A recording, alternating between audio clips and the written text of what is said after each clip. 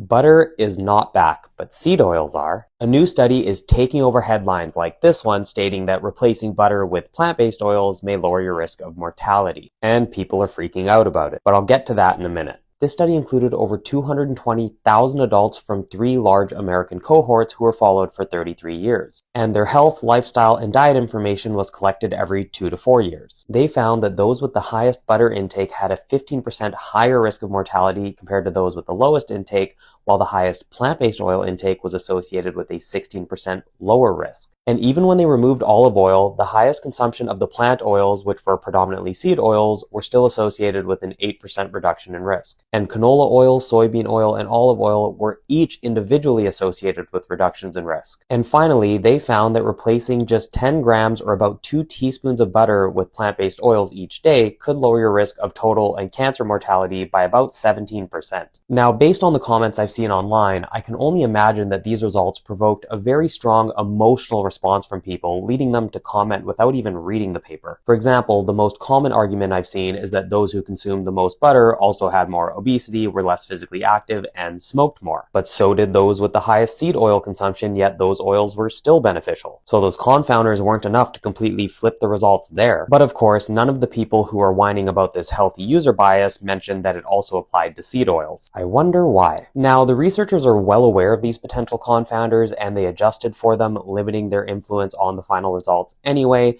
but the double standard from the critics is worth noting. The fact of the matter is that unsaturated fat-rich plant oils are much healthier choices than butter, and this is supported by long-term randomized controlled trials dating back decades. This is nothing new.